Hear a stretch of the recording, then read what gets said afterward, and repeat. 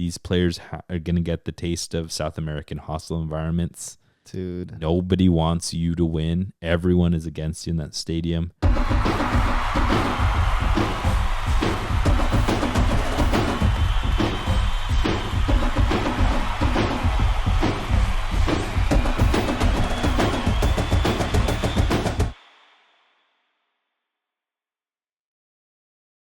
¿Qué onda, mi Cesar?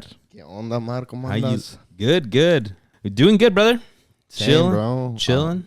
Yeah, chilling. Just tried your LaCroix. I was gonna mention que you got them different flavors, way. Yeah, I know this one. So, fun fact: your boy's a couponer. Oh, hey, There you go. We're just telling y'all a little bit about our lives. I'm always looking for a good deal.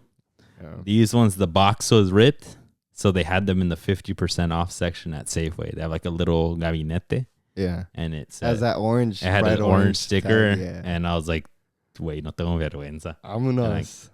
Copped it. It's beach plum. It's fire. Cause it's not bad. I was like, "Oh, is it also like a shitty taste?" No, it's good. It's fire. Yeah, I was expecting to be a bit sweeter, but it's LaCroix, so. We love ourselves a little LaCroix. It's been a while since before when we started the pod, folks, religiously, we drank a beer. Yeah. And that was our salud. Yeah. Now we're on to different liquids. Ahorita LaCroix. Más calmado la cosa. We're also on a fitness journey like we talked about last time. Both of us are. De dieta, you know. These past few days, especially after the outing on Saturday, I kind of like was all over the place. Mm-hmm.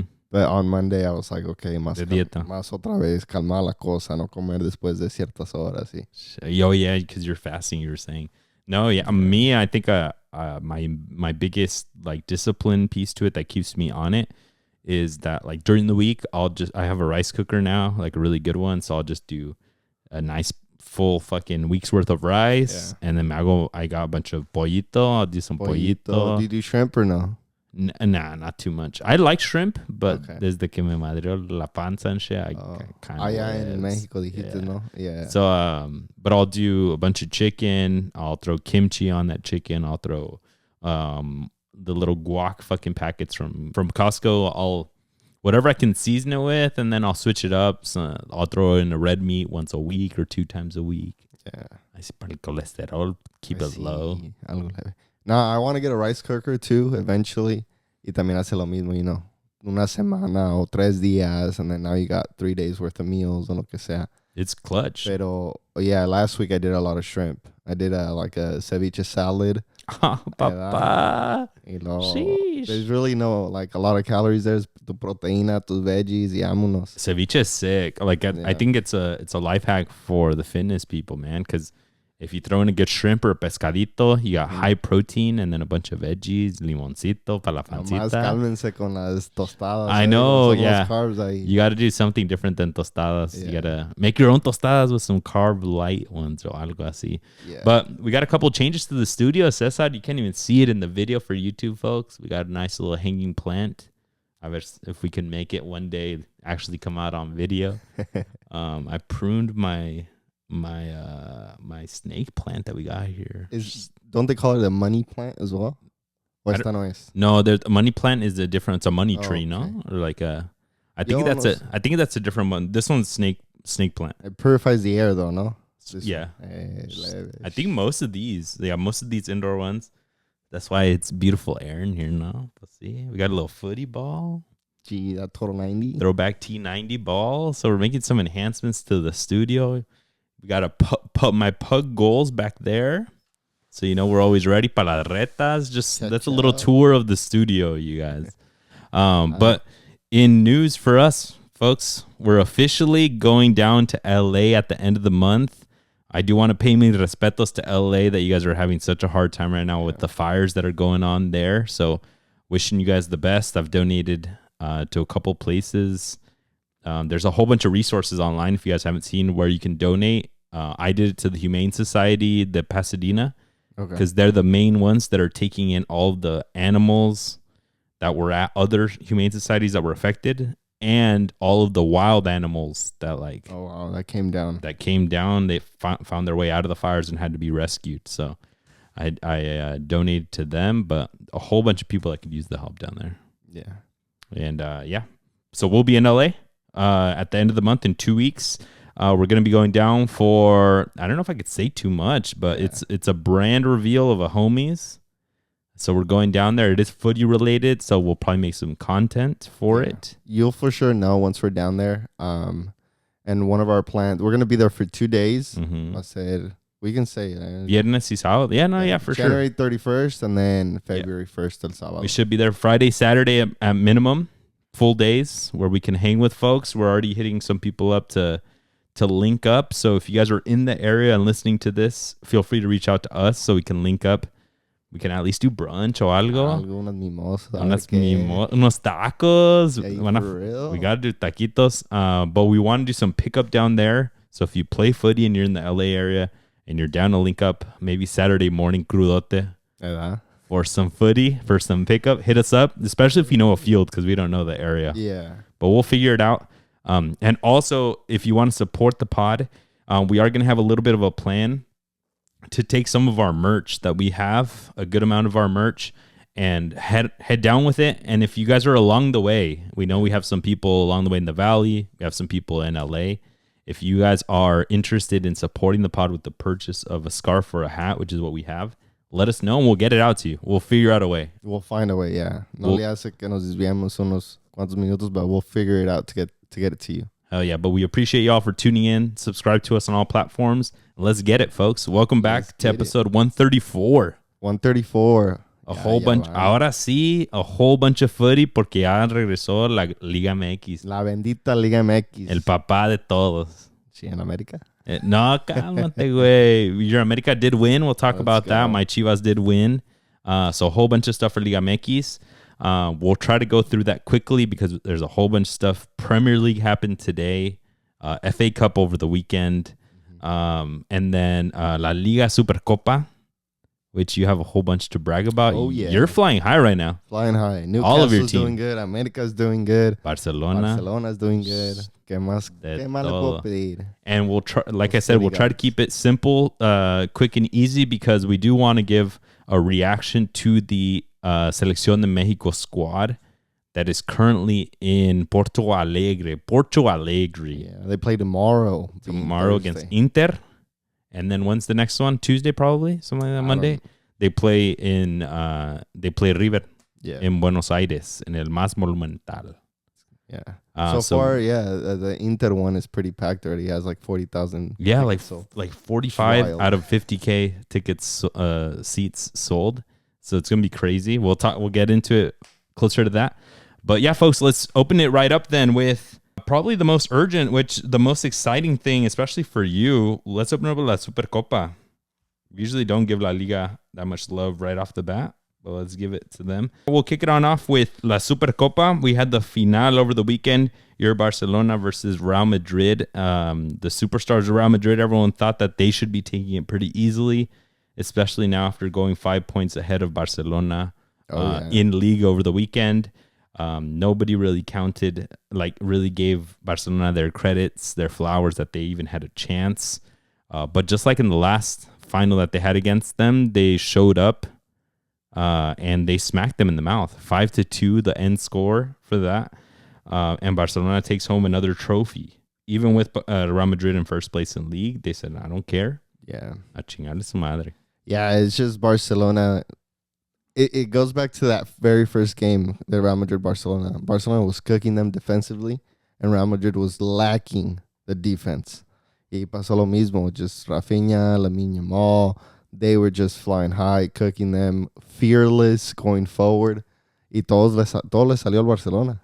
Super direct, Barcelona. Yeah. Very, very direct. And just super exposing the Real Madrid defense, which has been the biggest thing. We've been mentioning that defense does not know how to defend. It's an embarrassment to call that defensa. Like, the only one that seems to have life back there is Rudiger. But even then, you're just like... But still, you see him and he's getting smoked and he doesn't look sound. He doesn't look like ready for what's coming his way, which is a 17-year-old in Yamal. And then on the other side, Rafinha. Like, Barcelona plays a lot without a 9 or a false 9, like today with Dani Olmo. And like, in all honesty, ¿pa qué necesita 9 when those wings are so deadly? Yeah. Yeah. Yamal has so many compilations out from this past weekend of just even from today. Torching. Who was he? He was on Mendy? He was on Mendy, yes. And he was torching him like, era una vergüenza, güey. Lamine Yamal is 17, but doesn't play like a 17-year-old. That goal that he scored he started off from the line and they just drove forward. It was the 1-1, yeah. Yeah, it was just like, yo, like this fool looks like he's friggin' 28 years old or like 30, or he's been playing for so long. But they put it side by side with one of Messi's goals, yeah, where he just took the entire squad and basically they passed it into goal, right? Yeah. Put it right into the corner. Cosa de mayores, de hombrecitos, and he's doing it at 17. Which is insane. That's crazy. Like nothing. But him and Rafinha both torching them. Rafinha statistically having a better game, 2 goals and 1 assist. Crazy. But he came off with an injury. También a ver si no le pasó algo. But everybody, even Lewandowski getting a goal. But the first goal coming from Real Madrid, Mbappe had the 1-0 in the 5th minute. Mm-hmm. When I saw that goal go in, I was like, oh.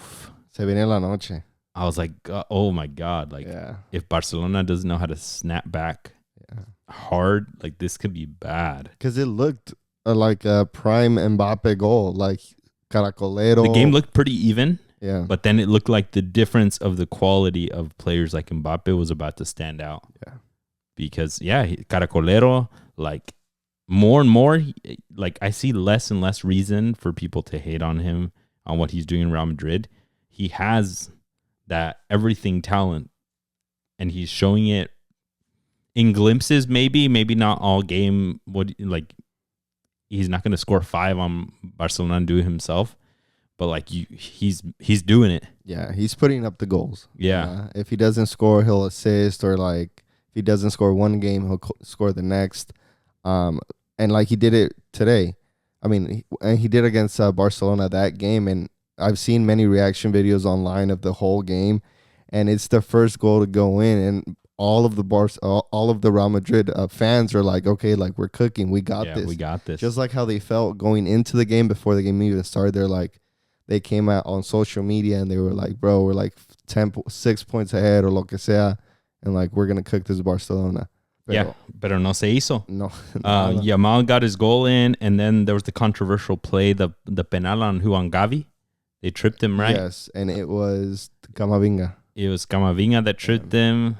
Which was a penalty. Era penal, okay. I just had to check because mucha gente por internet dice que no. Pues siempre van a decir que no. Pero sí, no. Lewandowski gets his goal, well taken. Yeah, and I want to say, like, Courtois looked like there was no life in him. Like, it was just, I'm not saying it's his fault. Not no life, but he didn't look like the usual superhero. Exactly.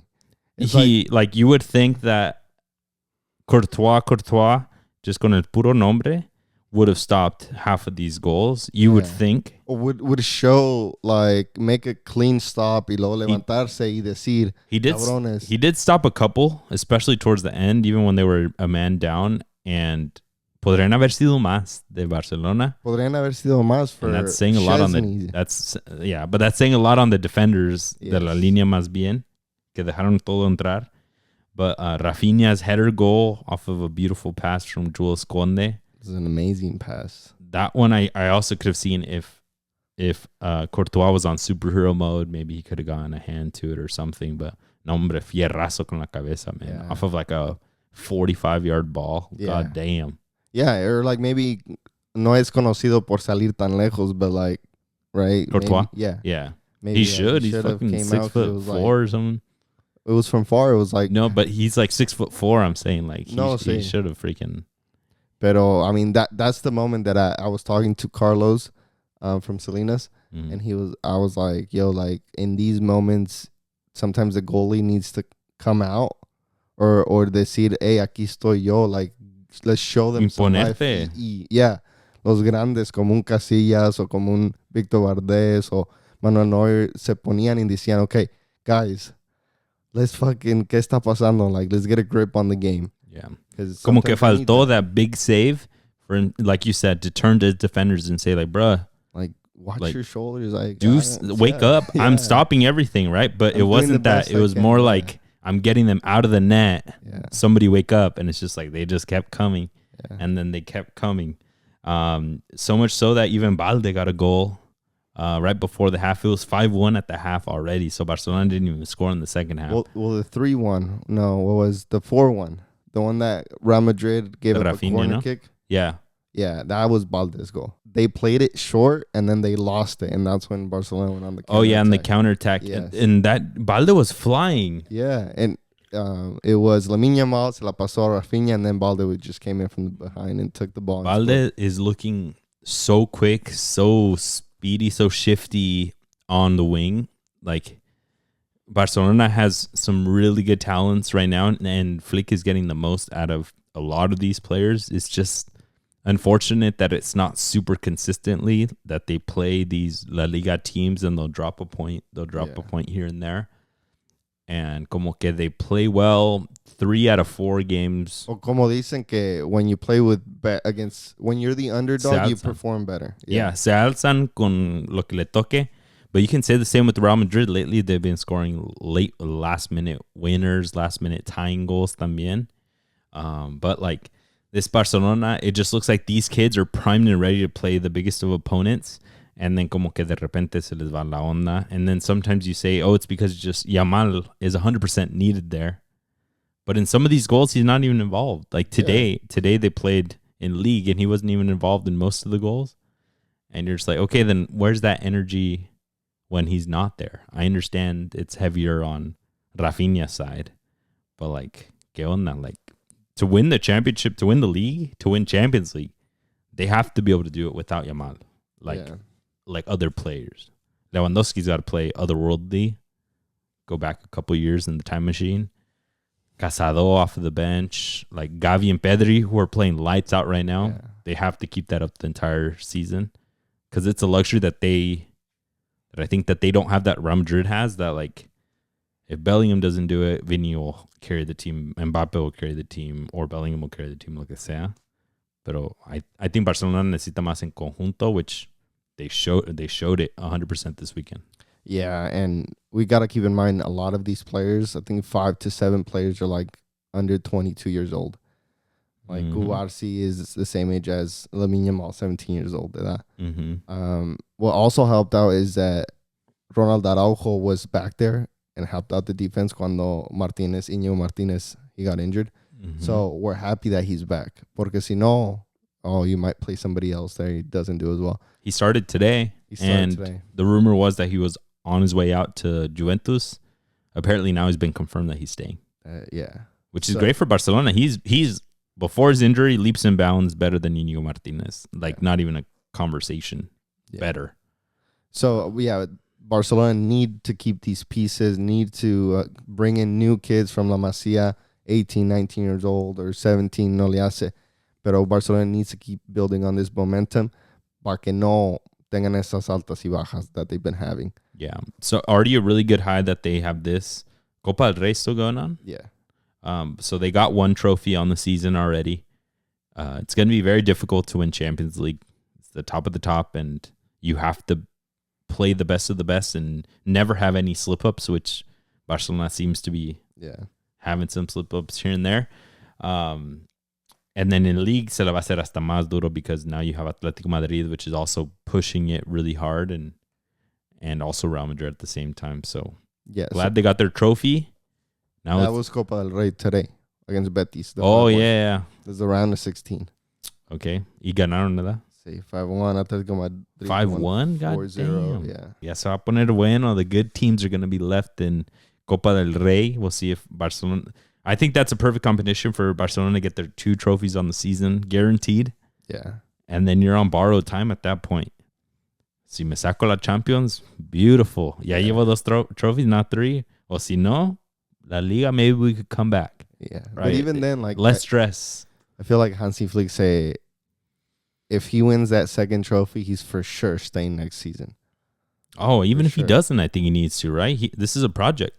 Right? Okay. I mean, si a Xavi lo dejaron, I mean, obviously he won the first season, but like, si no empujaba a él irse, right? Because he was the one that was like, I'm already dipping, right? When all the drama started.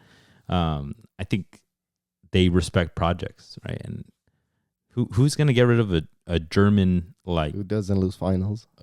He has never lost a final, Hansi Flick. But you don't hear of Germans being one and dones and like correrlos or whatever. I feel like the discipline this man has, what he's implementing on that team, you have to respect it and give it a lot of time. And so far, ha dado resultados. And especially if he's doing it with the youth. Laporta's like, you're telling me I kind of don't have to spend because exactly. you're getting these super wonder kids out of Barça B. And talking about Laporta, it felt really good watching the camera pan over to him sitting right next to. Bro, Florentino looked like he was not having a good time at all. Florentino was dreadful there. But yeah, Barcelona, Laporta need to keep this going, keep this train going, echarle más pinche fuel para que siga dando. You see, now they have the clearance to purchase players. They seem to be in a better spot. So a ver con qué salen. Con Dani Olmo now that can play all competitions. ¿Qué más quieres? For real. Just to close out the match, Real Madrid did show a little bit of life at the beginning of the second half. They got their goal to Rodrigo in the 60th, right after Szczesny gets his red card for basically like slide tackling and tripping Mbappe so that he wouldn't get a clear goal. Rodrigo gets the goal, and it looks like it's about to get popping. And then literally they did nothing after that. Like Barcelona did a good job of holding on and also showing some life for those like next 30 minutes. And I honestly didn't see anything for Madrid until Mbappe's last minute shot where Iñaki Peña had like a beautiful one-handed save. Yeah. Right before the end of the match. And at that point it's really like what do you like as Real Madrid, what else do you want? Like you have all the game changers. You even have great players on the bench right now. Yeah. I know you're going to get more transfers in, but like which is wild. You're getting smacked by kids. Yeah. By the new generation of Barcelona. Yeah, but that's essentially what it is. It's like this new generation of Barcelona is already beating this quote unquote Galacticos of this. So that's where my question is for Real Madrid fans. Like, okay, then you need to look like internal. What's going on with the performance of those players? Vinny was getting criticized really heavily. They're like, my guy, in the big moments, you're not showing up. Rodrigo, everyone says, is he really the best player for Real Madrid? But then he actually showed up with the banger of a goal. Yeah, and before the 5-1, he had one that hit right off the post. Mm-hmm. It's like if he would have scored that, if he would have showed up in the big moments, maybe you could have got it to a 4-2. Going into the half. Yeah, but I think a lot of people can identify pretty clearly that the defense is just water right now. Yeah. Lucas Vázquez a terrible time. Lucas Vázquez, everyone looks good when your team's attacking, right? Like every defense looks amazing when you're scoring 5 a game. Yeah. You look like the freaking best defense in the world. But when you're struggling, your defense is going to get exposed. Mendy's looking terrible. Yeah. Lucas Vázquez looking terrible. Who would you get? Would you get Davies or Alexander-Arnold? Both of them. I mean, Davies is more like known for tracking back, right? Yeah. I think he would be the clear choice because he gives you some of what TAA gives you up like going forward, but you know that he will track back versus TAA just criticized so much for not helping defensively, not keeping shape. Yeah. That's what Real Madrid was like in shape. Knowing Real Madrid, they'll probably get TAA because he's the bigger buzzword right now. Yeah. But I would go with Alphonso Davies because you need to get sound. You need to get that back line and right. You get a winner as well. Like TAA has won Champions League as well, but Alphonso Davies knows the grind. Yeah, and it was Bayern Munich. I don't remember if Pep Guardiola was on that brought him or Hansi Flick, but. Yeah, I would have chosen Davies as well. Yeah. And Carvajal can't come back quick enough, man. Yeah. Once he's back, maybe se arregla. Even at his late age, everyone's saying he's the best right back in the world. So, a ver cómo les va. But yeah, that was Barcelona Real Madrid. Now, Barcelona has some bragging rights, especially in the Discord. 9 goals in 2 games. Let's go. 9 goals se comió el Real Madrid against a bunch of teenagers contra el Pachuca de Europa. Basically. All right, let's keep it moving, folks. We got Premier League over the weekend. We actually got Premier League today and yesterday. A whole bunch of ties yesterday. Out of the top 6 teams, 4 of them played yesterday, and all 4 of them tied. Chelsea, Manchester City, Liverpool tied yesterday. Yeah, against Nottingham Forest, so they tied. And then today, Arsenal and Newcastle each got a win, so they each move up. Let's go. So both of us are looking pretty right now. Yeah, let's start off with your Newcastle today. They won 3-0 versus Wolves. They're looking tip-top, sharp, great shape they are in. 9 wins in a row in all competitions. Let's go. Yeah. Their best streak ever. Yeah, Alexander Isak scoring 8 in a row. 8 matches 8 games in a row. And a brace today. Yeah, he's been amazing, scoring, assisting, being involved in the play, even being involved in defensive work. He had a nice tackle against one of their during a free kick. So, I mean, everybody's doing well. Even our defenders tenía a Strad Larson en el piso por donde quiera. Just Newcastle right now from the goalie. We are missing Nick Pope because Dubravka has been doing well, pero es diferente cuando tienes a Nick Pope, but everybody else has been spot on. The rumor is Dubravka is going to the Saudi League at some point. Probably just waiting for the moment that Nick Pope comes back. But he's been balling out. Dubravka, honestly. Yeah, like you said, the whole back line is really strong. Livramento, Hall. I think Wolves were really missing Mateus Cunha. He came off the bench, I think, honestly, because the coach was probably respecting that he was suspended last week and just trying not to touch the lineup. But when it's your best player, bro, throw him back in. I don't care. Put him in. Anthony Gordon cooking defenders left and right. I do want to shout out Agbadu. ¿Quién es ese güey? Emmanuel Agbadu, 27-year-old Wolves center back. That fool is a tank and a half. It was his first official game coming from Reims. I think it was like a week or two ago, so it's his first Premier League game. But in that first half, he had some really good tackles. And I just feel like he needs a bit of adjustment, but he'll be a really good center back, in my opinion. Yeah, this Wolves is piecing things together. A bit on the older side, 27 years old. But I don't know. Ivory Coast. Yeah. Yeah, bring in whoever you want, Wolves, so you can give us over at Arsenal, Mateus Cunha. Yeah. I'll take him. Give it to him. I'll be happy with that. So, yeah, that brings your Newcastle to top 4, and my predictions are getting even more inevitable now that Chelsea is out of top 4, which is beautiful. You said City would go and be top 4. I said, so right now Liverpool and Arsenal are where I said, and then City I put 3rd, and then your Newcastle 4th. Okay. You had Chelsea in there, so you're like 1 or 2 off. Estamos igual. Entonces. But I'm closer. City is right there. They're coming up. But today, Arsenal also had the North London derby, which they took home.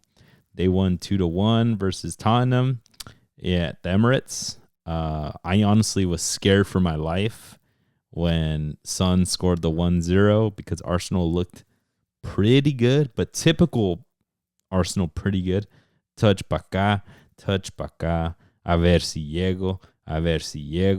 Corner kick, oh yay, I'm excited, we're going to score, and then they don't score. But they did score off of a corner. I know, but like at the beginning, I'm saying, right? That's my initial thought. And then Son te la clava. And you're just like, come on, bro. Like, are you kidding me, Arsenal? Raya's like a meme right now. In certain plays, I feel like he anything that he does, it's like Murphy's Law. It'll go wrong. And he's just being criticized a lot. But thankfully, set pieces paid off for Arsenal. They did get a header, ended up being an own goal. De Solanke, beautiful. I'll take it. And then Leandro Trossard, coming back from the dead after not scoring for a good while, gets a goal. Yeah, after breaking Pedro Porros' ankle or knees. Bro, did you see that? Yeah, lo dejó tirado, gacho. Kind of secondhand embarrassment because I have him in my FPL. I know, I benched him. Did you start it? I have him in my draft, so I will have to start him. You got him starting there. In the budget one, I had him on the bench because I was like, there's no way he's going to get a clean sheet.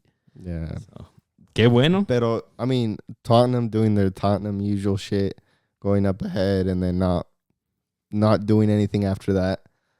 Did you see the goalie, Tottenham's goalie? No, what about him? He was very, very shaky with his legs. Just nervous?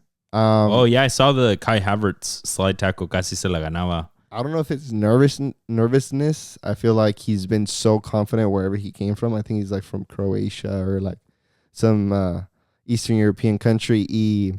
Very comfortable. He looks, but he's very slow in the making of decision. So it leads me to believe that he's not used to the intensity of the Premier League the intensity or the pace of players of the Premier League. So the defenders were trying to yell at him, telling him to release it sooner. The passes were good after he released, but there was like a second he delays it more, se la quitan. Yeah, he just takes a bit of transition to get in, especially if you're a kid like him, 21-year-old. Kinsky, from the Czech Republic. Jeez. Well, you had to learn, and he got a hard lesson today. Yeah, he was definitely having a rough time, but this brings Tottenham all the way down to 13th place in the league. They are winless in the last 4 losses in those 5 matches, and they have Everton over the weekend who's fighting for their lives, so it's going to be a good matchup. But yeah, this brings Arsenal to 2nd place, 4 points now behind Liverpool, who have a game in hand. That's exactly, as an Arsenal fan, what you're asking for is narrow down that distance to Liverpool, even though they have the extra game. Yeah. You'll face them. No, they already played them twice, I think, right? Did they? No, actually, I think they still play. They play one more game up against each other, so Arsenal has the chance there to close it even more. And then they'll have their tough matchups. You got to keep winning. You got to make some transfers, Arsenal. Yeah. Arteta came out after the match and did say they for sure have to try out the market because now they've lost Gabriel Jesus, who's out for the rest of the season with the ACL, and you lose Saka for 3 months. Oh, wow. That's almost like half of the second half of the season. Exactly, right? So Jeez. I think Saka will maybe make it towards the tail end of Champions League, so they got to keep pushing, which means you got to make some transfers. Yeah, you guys are still in all competitions, right? Or you guys got knocked out at the FA Cup this weekend. Te calmas, güey? Okay, I haven't gone there yet, okay? I'm just kidding. I was going to skip FA Cup completely. Oh, shit. But Arsenal, as you alluded to, Arsenal is out of FA Cup because they lost to United on penalties. Yeah, and that was my comment. I made a comment earlier on the Discord saying if you take away corners from Arsenal, you won't score. And they scored today, well, not on a corner. Not on the corner. Trossard. Yeah. Me cayó la boca el pinche Trossard. But Gabriel that's the scored thing. over the It's because weekend. over the weekend, Gabriel's goal was off of a corner, a couple deflections. Yeah. But it wasn't a header. He kicked it in, which is dope. Right. But back-to-back goals for him, that's pretty badass. Yeah, but still knocked out. But it goes back to it. Arsenal's not producing. They're not being deadly with their attacking players. So to get 2 goals and to your only life, basically, to get you back into games in this one and this past weekend is your defender, your center back. Yeah. That's kind of sad. That's really sad. And it's because I saw like a video breakdown of how United was able to, even though they had 10 men, they were able to defend well because they just crammed the box with almost all of their players were inside of the box. Yeah. So Arsenal would try to play wide y lo send a cross in or lo que sea, pero defenders were there. Yep. It's like from open play they cannot do it. And even when they did do corners during that game specifically, they were ineffective. Yep.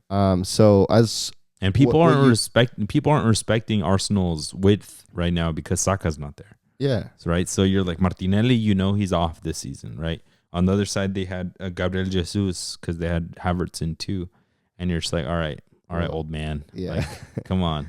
Like right? It's not the same firepower. Yeah. So you can stack the box. And that's what United did, and they survived. Maguire did whatever he needed to get to penalties. The goalie came up big after messing up a few times and eventually got them knocked out. Exactly that. They did. But yeah, Arsenal out. Like I said, Raya meme because he jumped way too early on like every single one. It looked edited, but apparently he did jump very early on all of them, which is laughs. It might be a new technique que le están enseñando allá. Something we don't know because that looked ridiculous. It looked ridiculous. And it kind of makes you think a lot of these very footy playing keepers, you're just like, all right, well then maybe practice a little bit with your hands. Yeah, right? That's Kevin true. Mier's been criticized sometimes que se le va la onda. And you're just like, okay, maybe less futsal, more keeping. Right? So we'll see. People saying that Arsenal needs another keeper. That's a wild take. Hasta para mí, that's a wild To push. Well, you don't need competition or what? You do, but who's your backup right now?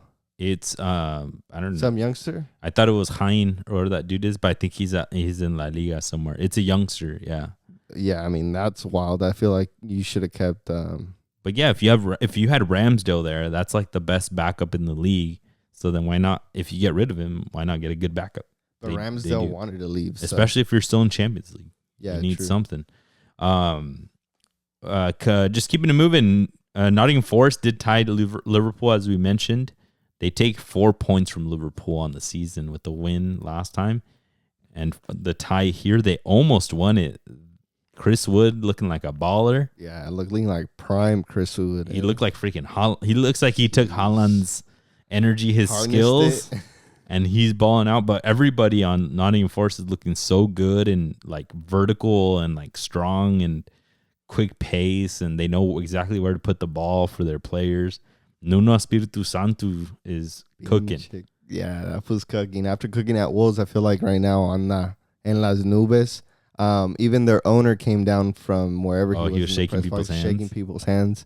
I mean, coming into the pod, I was like, do you think this is a Leicester type run, or is it too early, or do we still think Liverpool's going to take it? I think Liverpool will still take it. I still think there's a possibility that this team breaks shape a little bit at a certain point, just kind of comes back to reality at a certain point. Hopefully it's not through an injury or anything to like Gibbs White or anything. So if they can keep all of that together, they can fight for top 6. But I still don't think that they're going to be top 4. But some of the pundits on a Peacock and on NBC were saying, calling them legit title contenders after this. Wow. You have to give them their respect. You do. I mean, they're gonna end up being in season. They're gonna end up being the team in season that probably has the best success against the number 1 team in Liverpool. And if they can continue that run, I mean, who knows what they can do with it? Dude, this is wild. I would love to see them in Champions League at least. I mean, if they're gonna get this close, I almost am rooting for them to win it. I'm wondering if they can. Maybe they need to look into the markets to see what they can get to make sure that they can keep this pace, right? Because like a Nalanga, an Aina out wide, and some of these players, you're like, okay, you're kind of rejects from other teams. Yeah. But we all know you had that talent. But are you going to keep that thing going, or do you need something else? Do you need somebody to push Chris Wood that's not Yeah. Like, can you get a couple more pieces? Can you help out Gibbs White centrally a bit more? Stuff like that. Plan for the future type things. Yeah, plan for next season and then hope that it balls out for you this season and maybe you get top 2. Who knows? Yeah, we'll see. A ver qué. The last one that I want to go into in League, City, they give up another win. They were winning 2-0 off of 2 Foden goals. His celebration that he does. And then they end up tying 2-2. In the last 10 minutes. 2 hustle goals. Con lo que sea le entraron el Brentford. Yeah. Damsgaard, who's also been rumored to Arsenal. I don't want him. But with the beautiful header. And just con lo que sea, güey. And Stefan Ortega getting an earful from Pep Guardiola after the match. It's so, Pep Guardiola for me, it's so weird when he does this. Being a little cringy. You've been a little cringy. You've been like putting him in the spotlight. Hazlo in the locker room. Do this all there. Go directly to the locker room. Y ahí les puedes gritar, abrazar lo que quieras. It gives the vibe like Guardiola is losing it a bit. This psycho dude that just, yeah. Which we all know he's crazy, right? He's crazy about football. Yeah, we get that. The way that, how dominant he is in sports and how tactically he moves everything, that's not of somebody of a sane mind. But we all thought he was more calmadito. And now that cuando van mal las cosas, sale todo, huh? So he's looking just like a little bit like a crazy scientist right now. Yeah. And then rumor has he's having relationship drama Marital too. issues, And it's just like, I don't want to bring that in, but I'm like, that stuff gets in your head. Yeah. It's in your head. And it sucks that it happens the season that you lose 3 in a row for the first time. You go winless in like 7. Like, it's just, when it rains, it pours for El Señor Guardiola, and he's not having a good time. Yeah, and just the way he lost this game, I bet you he was so livid and pissed. And just if I'm like Kevin De Bruyne, if I'm like Phil Foden, and I see this going on where he's yelling at my goalie, everybody now feels awkward and weird, and like this whole like vibe of the club is just off.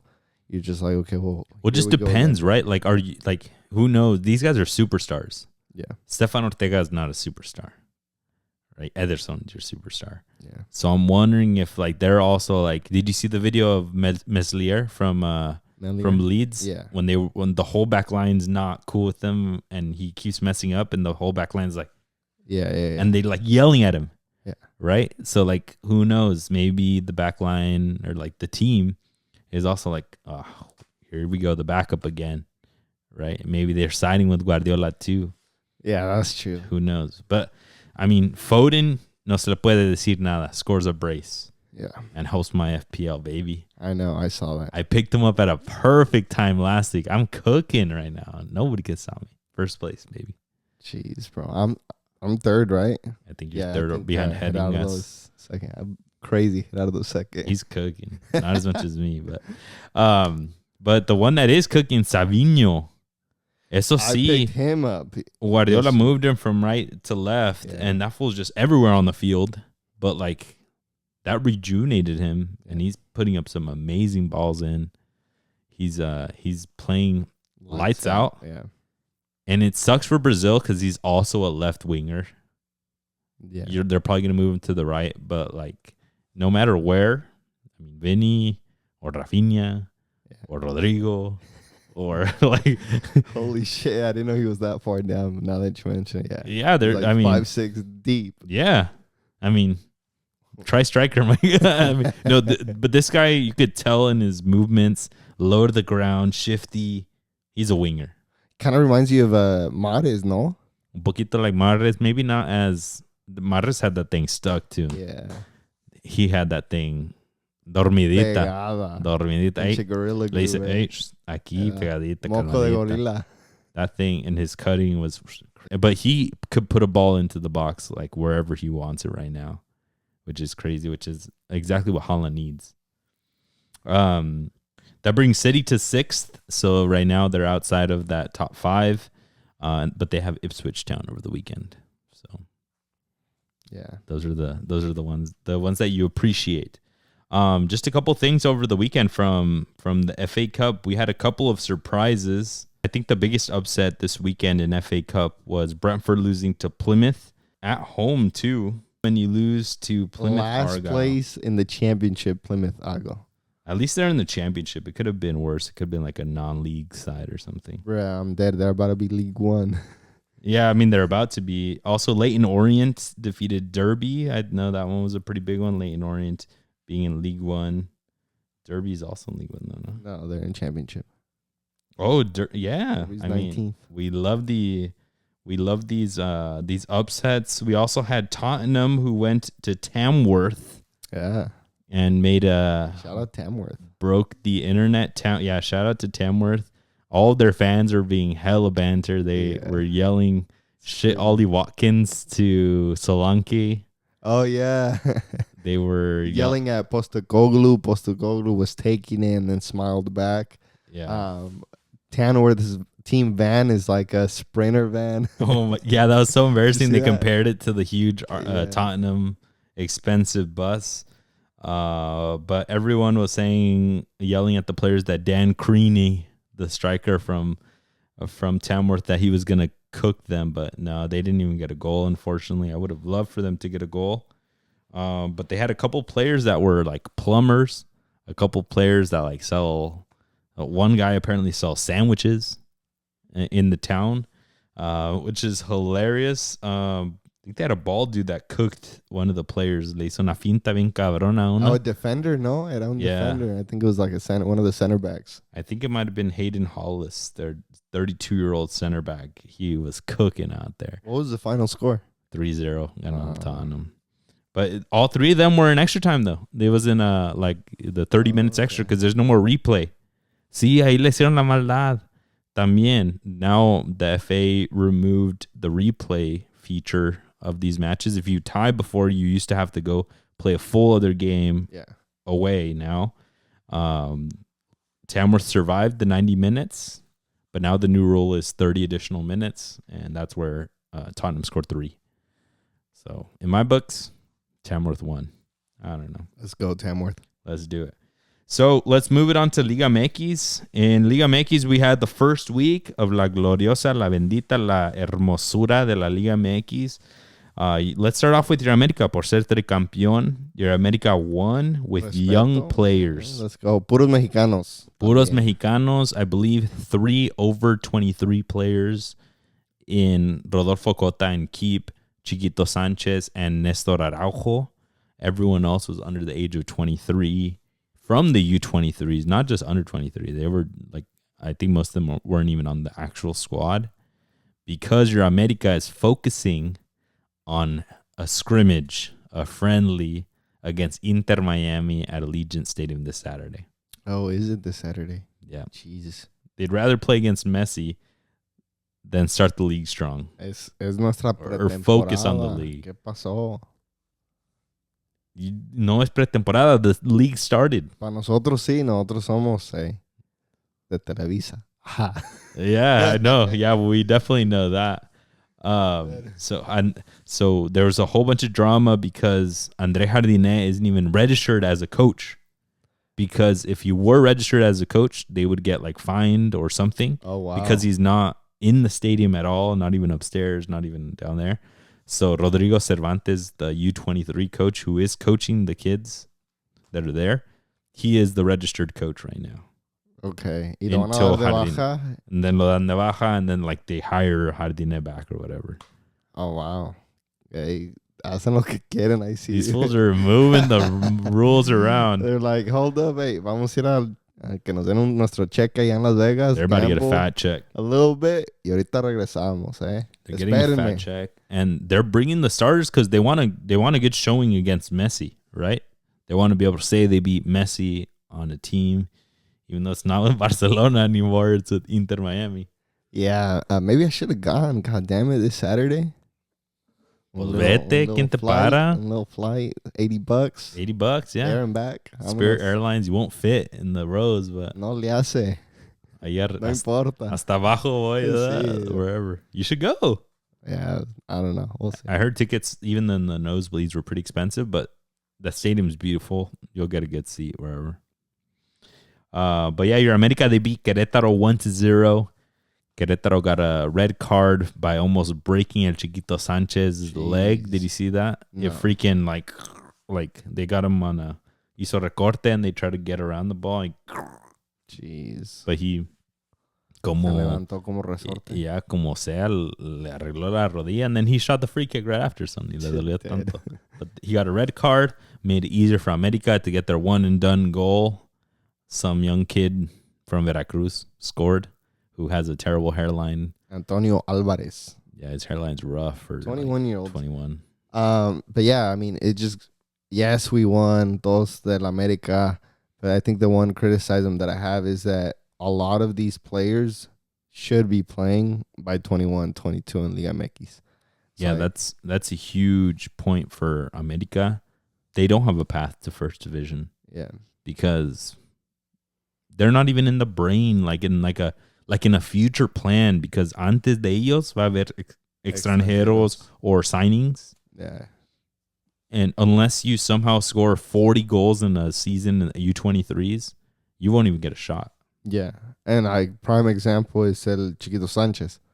De ser estrella con Pachuca, titular indiscutible, ganador de Liga MX con Pachuca, big price tag to come over to América. And all of last season, you had that PK that we can all remember against Cruz Azul. And that's pretty much it. Pretty much it. Very little minutes. 5 minutes a game, maybe. Maybe this is why América wins all the times, because they bring players o lo que quieras. Pero I feel like, in general, se necesita que la América bring more youth players. Como el caso de Ramón Juárez. It took him to go to Atlético San Luis, come back, and be ready. Pero can we have one or two more players involved there? The only players that have been América Academy players that come in and break through and do well in my opinion, have been the ones that have left, which is Diego Lainez, which is Edson Alvarez and Raul Jimenez. Yeah. They were canteranos, and de algún milagro, they made it all the way through to the first team, and they became superstars in that first team. Diego Reyes there too. Ochoa did it, but way too late. Ochoa del Atlas, güey. Oh, true. Ochoa Yeah, del Atlas. Pero debutó con el América. But that's, I mean, that's the thing. Those players that played against Querétaro, like, I know we all joke, like, ha ha ha, Querétaro, you lost to U23s. But at the same time, if you are America and you're being realistic about, like, will any of those kids actually make it to the first team? They should have won 5-0 for any of those players to be considered. None of those kids have a chance. Yeah.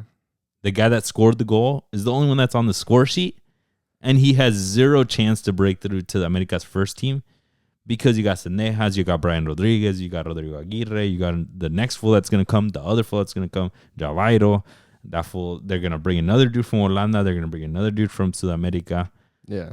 And he didn't score 4 goals against Querétaro. Jardine doesn't even know that guy's first name. He doesn't, no idea who he is. Yeah, that's the sad reality of America. But I think overall, these guys put a great showing. I remember Querétaro was always hard for us. It was either a tie or we narrowly won. Yeah. And that was with our first team. Now beating them with the U23 makes you feel really good going into the rest of the season. Yeah, it makes you feel good for the ones that are going to come back. Yeah.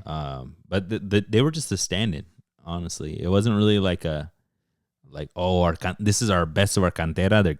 Watch them cook or anything. It was just like hey, well, we're going to be busy, so ahí pues ustedes jueguen. There was no expectation for them to win, in my opinion. There was none. It was just like, if we lose, well, it was because it's all kids. Yeah. They're not going to be pros. But, like, whatever. I'm fucking dead. Right?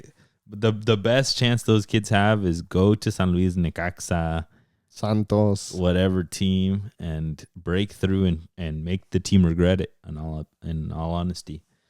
My Chivas, moving on to the other Grande de Mexico, my Chivas did win. They got Oscar Garcia Jr., his first W con los rojiblancos. The goal de, ¿quién fue? Del Piojo Alvarado. After he missed a PK. Yep. Ay, mi Piojito. Missed a PK. So empezó medio mal, but he fixed it with his goal, which is a beautiful play. Assist de mi Wilke, tengo un Wilke de mi corazón, who needs to stay in the first team, even with Puligol coming in. Yeah. I don't know how they're going to do it. Hormiga, tengo un Wilke, Chicharito, Puligol, Marin. That's like too many forwards. You need 3, right? Yeah, but somehow none of those that you just mentioned scored. None of those that I mentioned scored, but the one que got the assist. He's on the score sheet, no? Where was Chicharito was playing? Chicharito's like supposedly been recovering from like a lingering injury or something. No, manches. Hormiga was there, but I made a joke saying that Chicharito gets injured every 7 to 10 business days. Like, bro, like this was injured all the time. It's true. You know what's crazy? He's only like 1 year older than, like months older than Alan Pulido. Oh, shit. Alan Pulido looks like a fucking model next to Chicharito right now. Chicharito looks like our grandpa. Tiene diabetes, le duelen las dos rodillas, se le cayó el pelo por tanto estrés. Like, bro, man's gone through it, bro. Pulido over there, like las hermosísimas chivas, los chiguapos. He genuinely looks like que viene del norte. Oh, y que tiene todo. Que For le dieron hasta pinche Botox. Y sí, ¿verdad? Con su güerita y todo al lado. Pinche Jeep y todo llega. That dude is coming rich as hell. But yeah, he's with Chivas now, but supposedly with the nagging knee and like fitness level, I think they're estimating it's going to take him about 3 to 4 weeks. Oh, wow. To actually get into the squad. So Chivas has to suffer with Ricardo Marin, who was a meme because he missed like 3 or 4. But that's the thing, like he missed like 3 or 4 easy in front of the keep. Like ni se dio la chance, like not even like no like whatever good skills he has at penalties that we've talked about. 1v1s le tiemblan, and he's just not the guy. Yeah, he's not. We've seen him all of last season, like the past year and a half. Nunca la ha tenido, nunca la tendrá, bro. No lo va a tener. If he hasn't already, no lo va a tener. But Chivas still got the dub, a little bit tight against dead last Santos, but a win is a win is a win. And they got their dub. Y vámonos contra Necaxa now. Yeah, El Tan Ortiz head of Santos starting off with the loss. Yep. El Choco Lozano did get a red card towards the end of the game for knocking some fool out. Like una patadota. Oh, shit. But Tan Ortiz, that's honestly like, this is not bad from him. Because I bet you what he came in was, what I have to do is not lose. And he almost not lose did. He almost took a point, which was what he did. He just wanted to hold on for dear life and survive Chivas. If you tie against Chivas, you start a bunch of drama for them. But for you, it sounds pretty good. Yeah. But now he has to respond to his 23-year-old boss, who's probably like, hey, in Football Manager, it said you were going to win every game. What is it? Expected goals, decían que. Por favor. Yeah, dude. I simulated this in Roblox, and it said you were going to win. Y no trabajó. ¿Qué onda? ¿Qué está pasando? I simulated next game y dice que vas a ganar. Sí. So you better freaking win. The team that didn't win, who drew, that everyone expected them to win every single game this entire season, no points dropped, was Cruz Azul. They tied 1-1 versus Atlas contra los rojinegros. El gol del Ángel Sepúlveda, el Ángel del Gol, on a penalty, who should have been my pick for goleador, Yakumakis' goal, pero le dio chorrito. Damn. Wait, really? That was last week? He had a stomach bug week 1, the Liga MX, apparently right up before game time. Que córrele que te alcanza. Y nomás no pudo ni se iba a dejar. Le dieron mucho picante en su comidita. I know. I was like, bro, you've been there 6 months. Y apenas te dio? Yeah. You got to have good bacteria in there already. Like, yeah. Probiotics, bro. Yeah. Apparently he was not good. FootMob still even has him in the game, like in the lineup, but he did not play. But yeah, they got a goal from Ángel Sepúlveda, and then Atlas got their slap back with their Djurjevic from Montenegro. Yeah, he was at Gijón, I think, before, right? That's Préstamelo ahorita. Sketchy shit, pero yeah, I mean, Atlas getting a point at the Estadio Universitario, new stadium de Cruz Azul. Sheesh. Damn. So America kicked them out of the no, they had happened? Beef with the owner? La Ciudad del Deportes, the owner there. And then América, pues sí se está portando bien, so they are allowed to keep playing there. Y pintaron el estadio. And they're putting some of the seats are turning yellow now because there's no more Cruz Azul there. Yeah. And apparently that's done. Like the relationship between Cruz Azul and el ex Estadio Azul is over.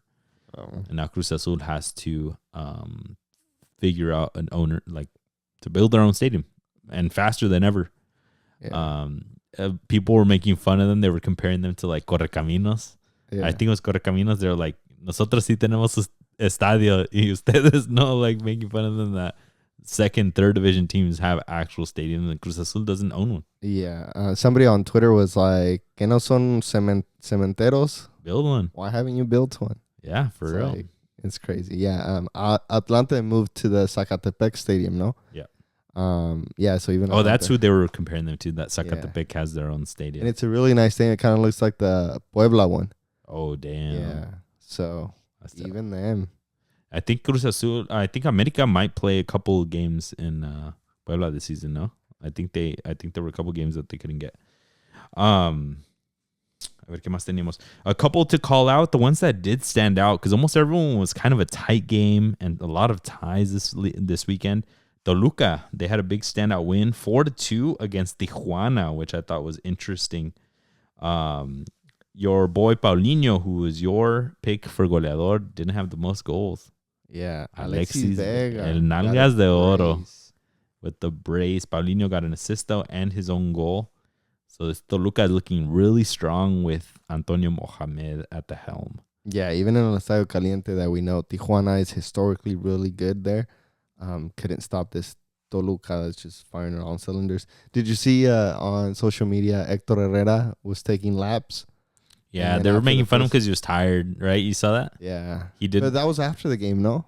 I don't know if that was after the game or if that was just over. Was that at that stadium?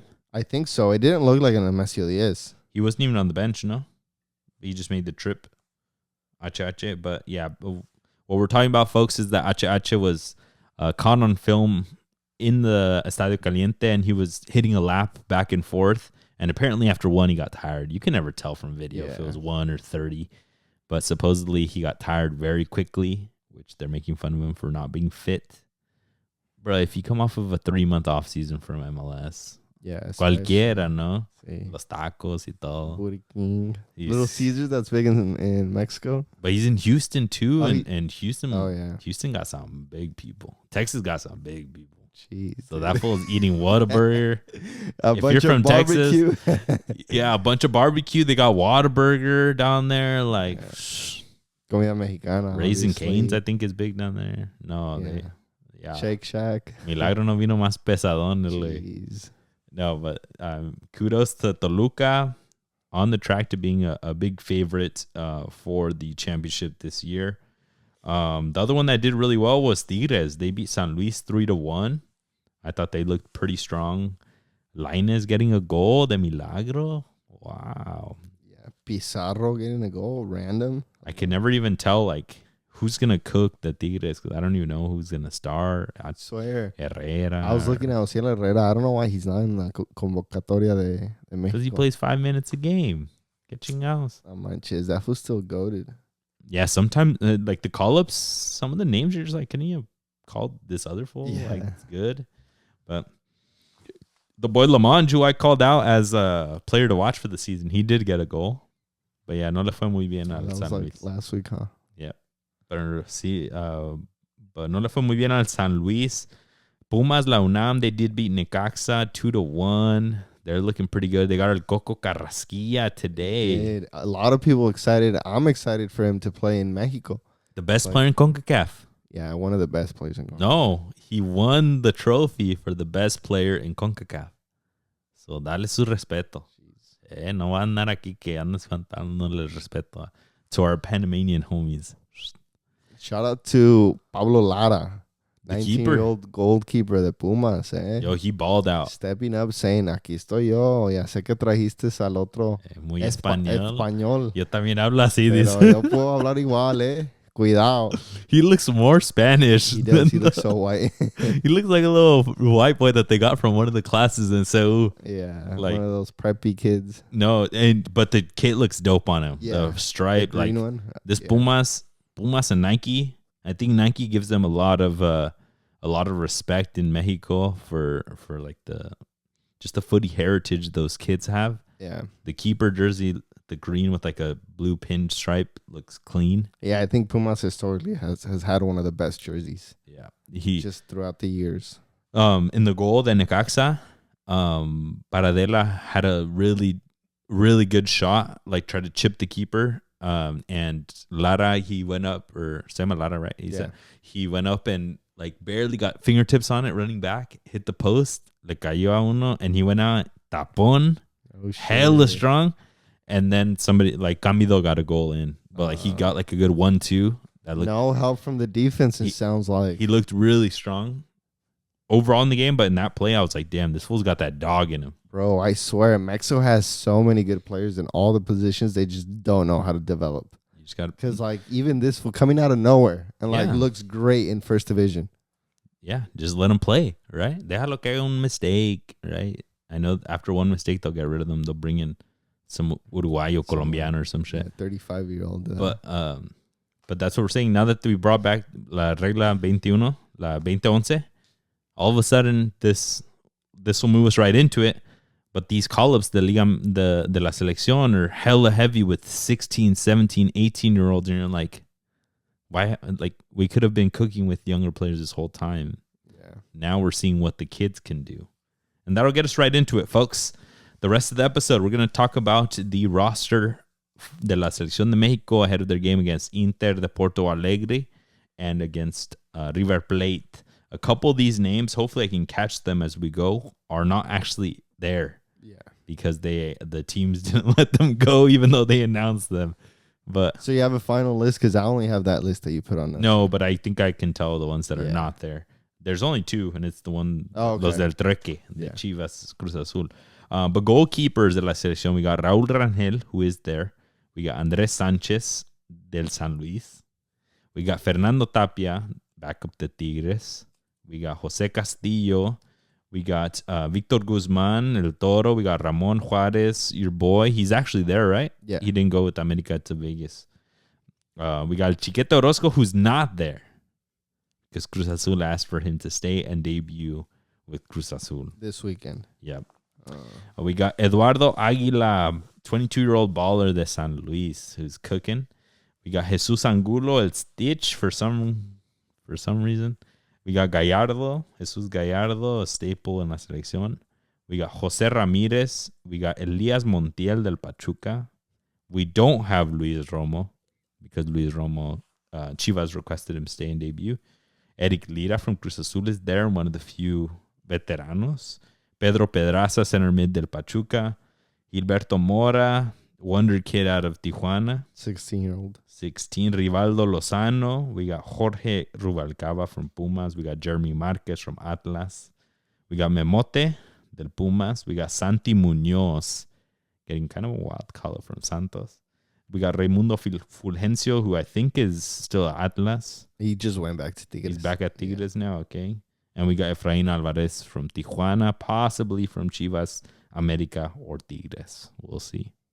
Damn, Tijuana's trying to sell him? Tijuana's trying to sell him. So, a lot of mixed opinions from what I've seen online. People saying, is this really a selección?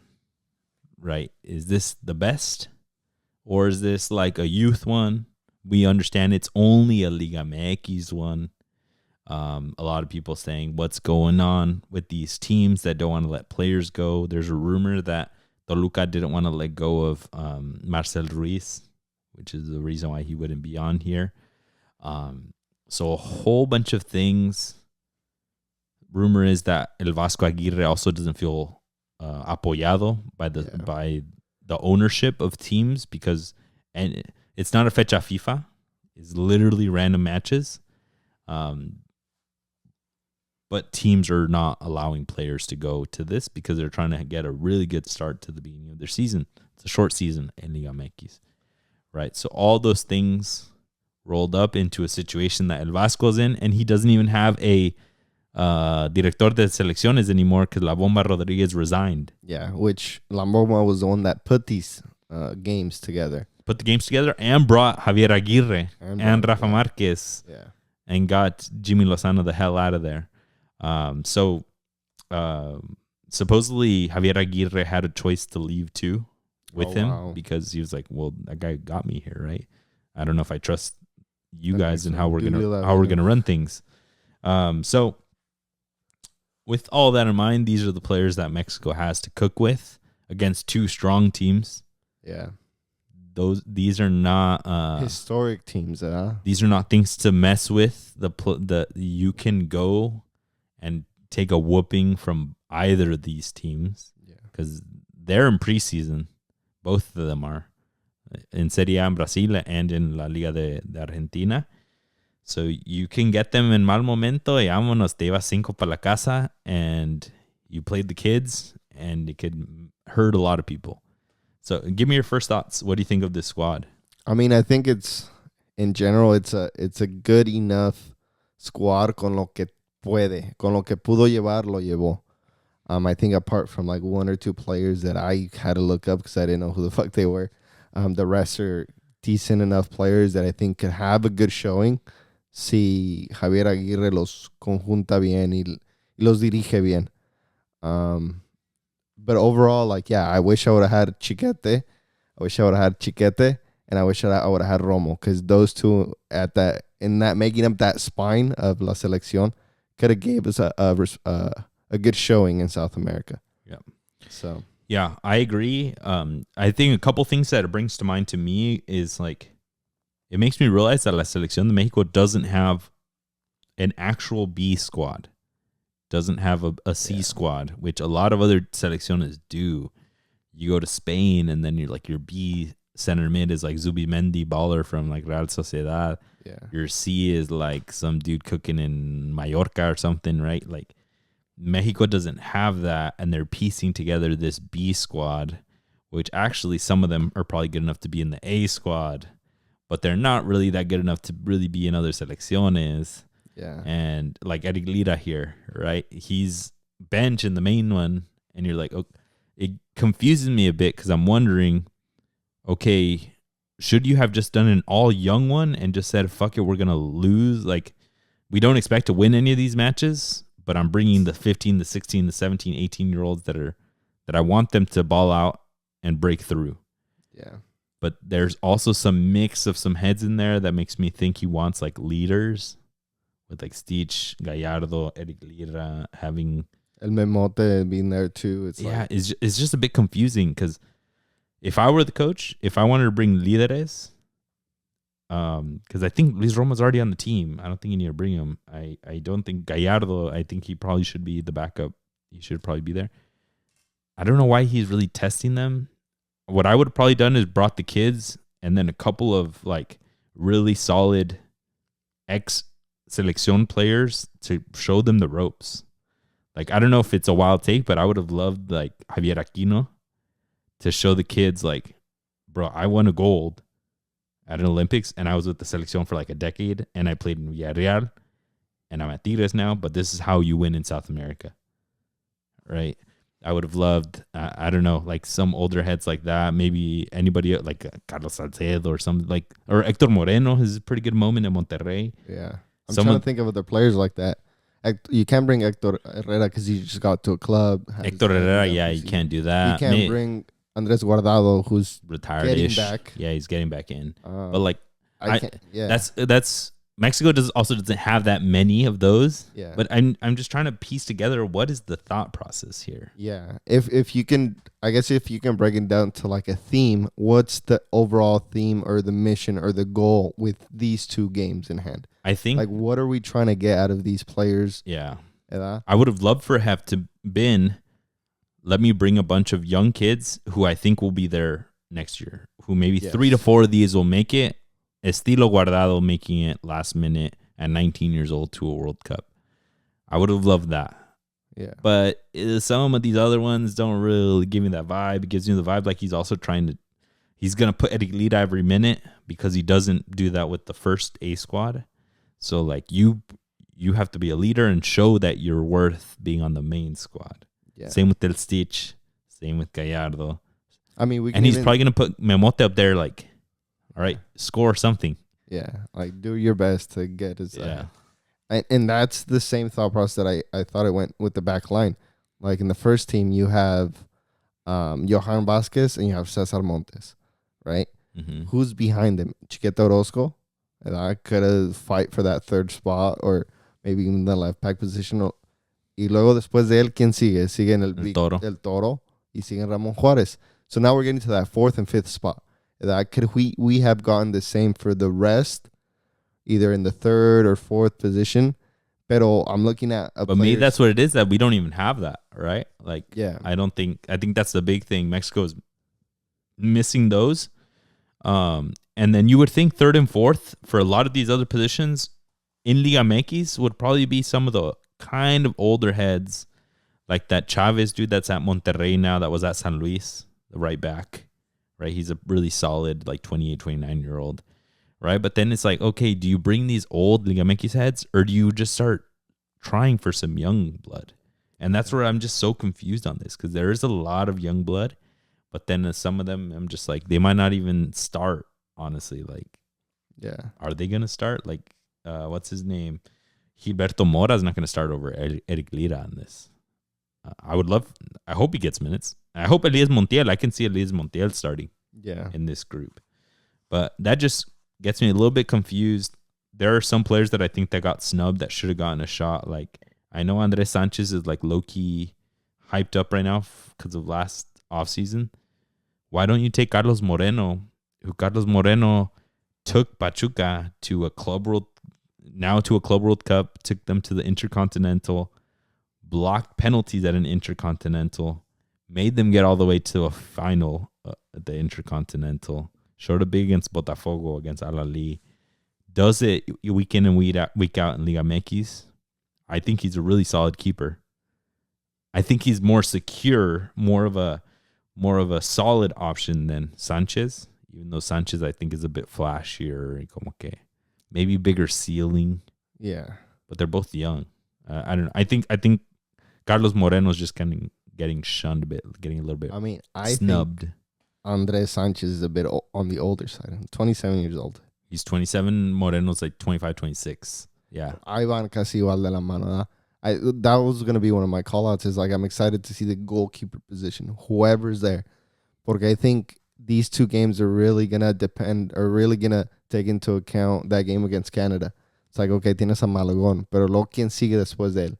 ¿Sigue Raúl Rangel? ¿O sigue Ochoa? Who's that number 2 or who's that number 3? If Ochoa is number 3. All of a sudden, Ochoa's back in the mix now. Exactly. So then that out of this whole crew gives us one. Yeah. Which is, you're just like, why one out of these? God damn. Yeah. But as long as Malagón is the starter, I guess that makes it a little bit easier. But yeah, then that would make this into a legit competition. One of these might not play if they do one full game, one each. Yeah. A ver quién le toca jugar. It's probably going to be whoever's doing the best in the competition in practice. Tapia has played with the selección. Tapia Sanchez needs to be that first goalie at Tigres. Sanchez hasn't played with the selección. So Yeah. I think he'll have a harder time getting the minutes if he doesn't ball out in practice. So you think Raúl Rangel is a starter? I think Raúl Rangel will start at one of them, and then I think Tapia will start the other one based off of practice performances. And then that Sanchez will just go along for the ride and like train and hopefully get motivation to come back for another Molero stint. Yeah. But I think they should have taken Carlos Moreno. Huge keeper in a really good moment.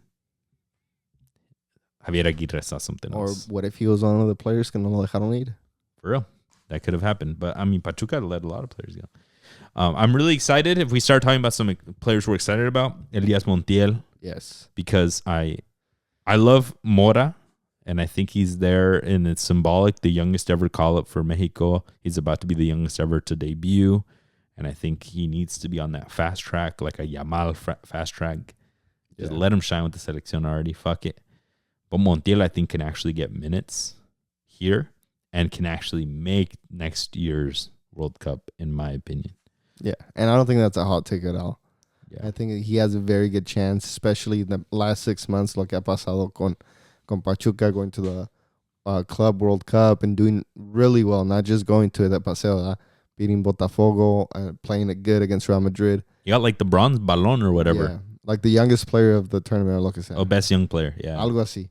But point is, he is getting that experience under his belt where he can really put himself in a position to have a chance to make the World Cup with Mexico. Yeah. Give me a player you're excited about. Anybody you want to call out? I was going to call him out, but if I am able to call another, I'm going to call out Ramon Juarez. I think Ramon Juarez, these 2 games, needs to show why he has been doing what he's been doing with America and that he can also do it with La Selección Mexicana. If he could lead that back line, maybe squeeze in a goal in there, that'd be perfect for him. And then really put him in that position where he has to fight it out with Chiquete Orozco to be that 3rd or 4th spot with the national team. Huge opportunity for him. It's all in his hands. Yeah. Le cayó perfecto that Chiquete didn't go. I think that solidifies him to be the pair with Victor Guzman. He's right-footed though, no? Yeah. So that makes it a bit difficult. Chiquete is naturally Johan Vazquez's backup because he's a lefty and he can go up the pitch, and he balled out last time that they played.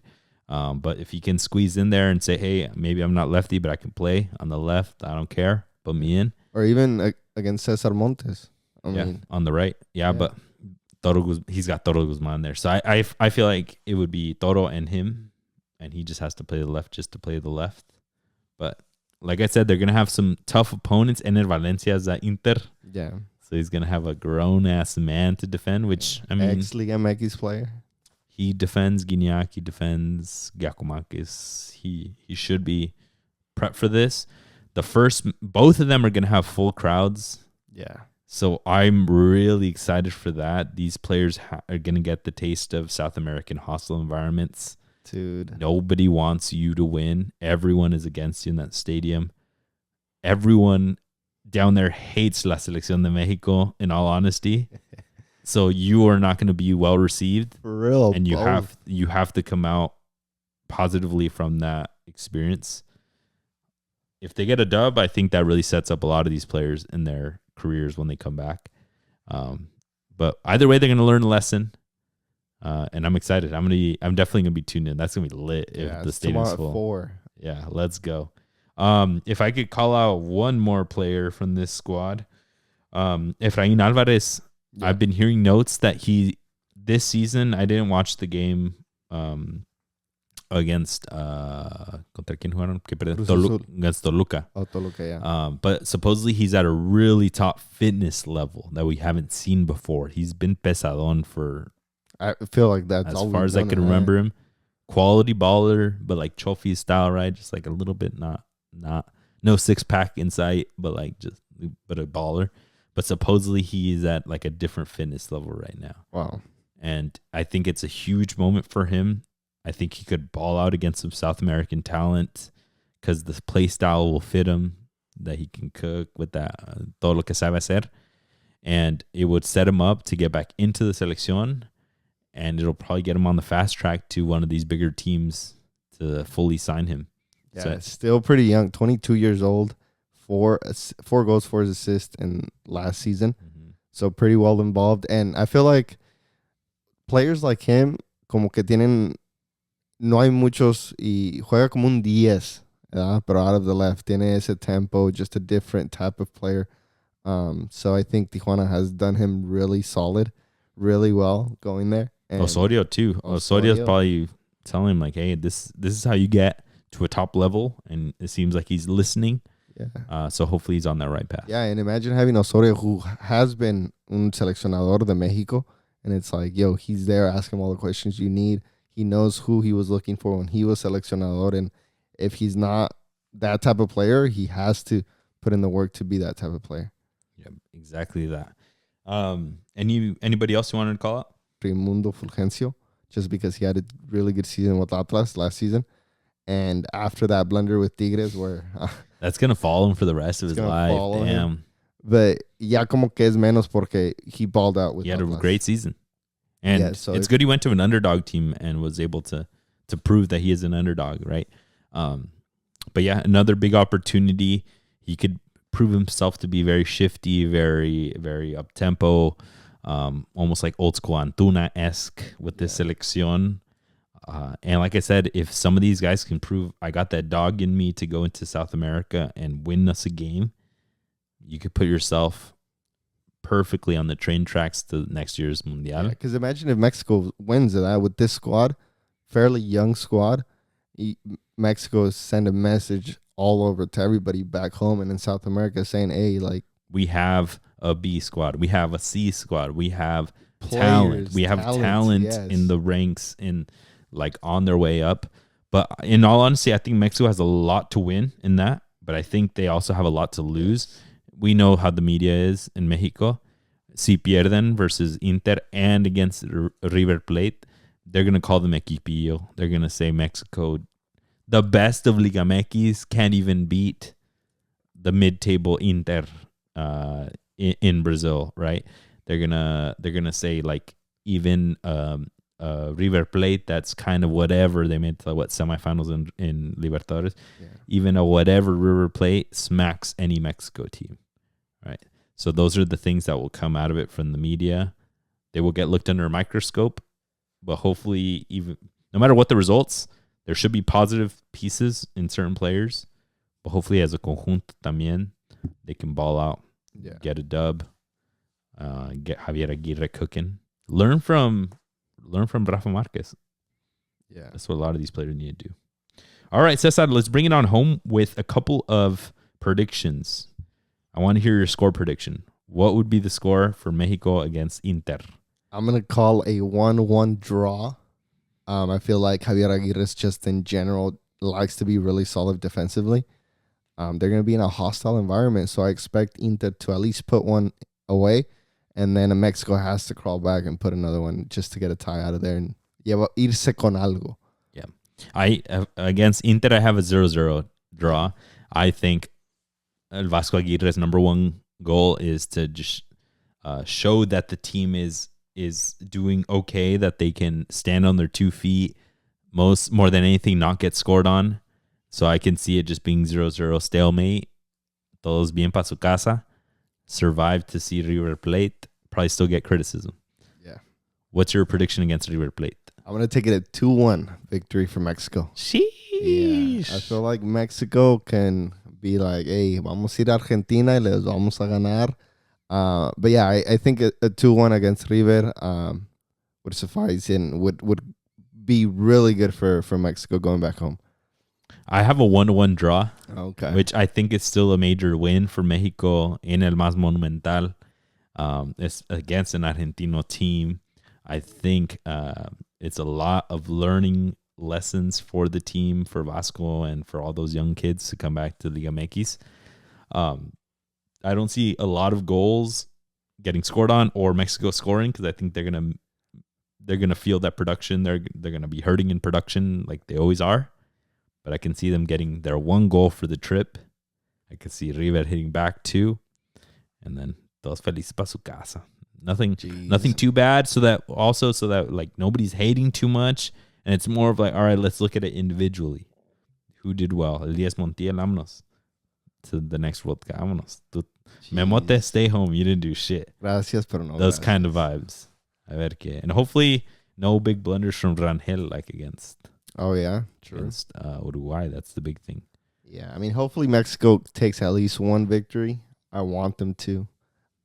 They certainly have players that can maybe help us get a win, pero va a estar difícil. That's kind of crazy how you're like looking at it and you're just like, chingado, ¿de dónde? I want to bring out my Mexico pride y todo, diciendo que vamos a ganar, pero fuck, bro. But that's what I'm saying. Like, if Mexico wins both, big ol' hoorays, and we're cooking. Yeah. If Mexico loses both, you're about to get cooked by the media. Así es. Yeah. All right, folks. Well, that's what we have for you guys. Hope you guys are excited for those 2 matches. Let's bring it home with some games to watch. Cesar, let's go. Yeah, we got in the Bundesliga, we got Frankfurt against Dortmund. Dortmund have been struggling in the last 2 matches, one being against Holstein Kiel, who's in the relegation zone. Again? Yeah, so they lost to them. Now Dortmund has to crawl back and get back get back to winning. But Bundesliga, no perdona. It's competitive anyways. Let's go. I got Monterrey versus Toluca in week 2 of La Liga MX. We're going to be missing some seleccionados from each team. But I think this is the hardest hitting matchup of the weekend. Definitely one you got to watch. We're going to take it to the Serie A. We got Roma against Genoa. Johan Vasquez was selected as the team of the week this past weekend. So he's doing great, having Genoa mid of the table, same as Roma. They're 1 point apart. So esto pinta para ser un buen juego entre los dos. Roma has the Leicester coach. What's his name? Oh, Ranieri, no? Yeah, Ranieri over there. So I'm excited to see this on the weekend. Let's go. I also got one in Serie A. I got Napoli versus Atalanta, the 1 versus the 3 in Serie A. Atalanta is the second highest scoring in the league. Napoli is the best defense in the league, so you know that's going to clash and create some fireworks. Atalanta has Matteo Retegui, the Argentino-Italian player, who is playing for the Italian national team, and they're balling out.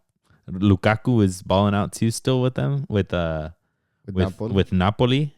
He's like second in the league in assists too. Jeez. Taking it to the Prem, we got Newcastle against Bournemouth. Both are going to try to stick in the top 5. Bournemouth just tied. Did they tie? City. City, yeah. So it's going to be a great game. Isak's still flying, scoring, and assisting as much as he wants. So I'm excited to see mi pinche Newcastle. Let's go.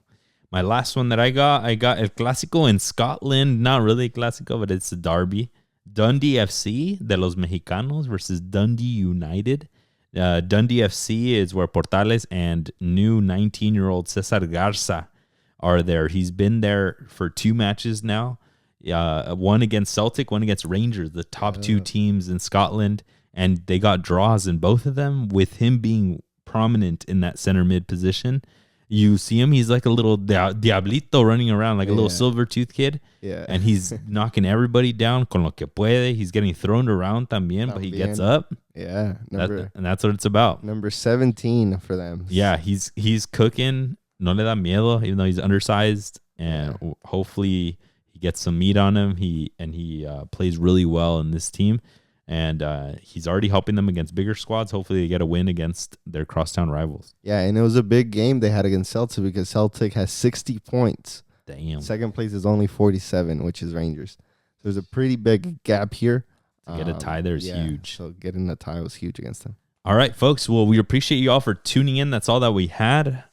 Remember to subscribe to us wherever you guys can. We are pumping in numbers. Our YouTube, we're almost at 350. Get us there. And we'll talk to you guys soon. Peace. Peace.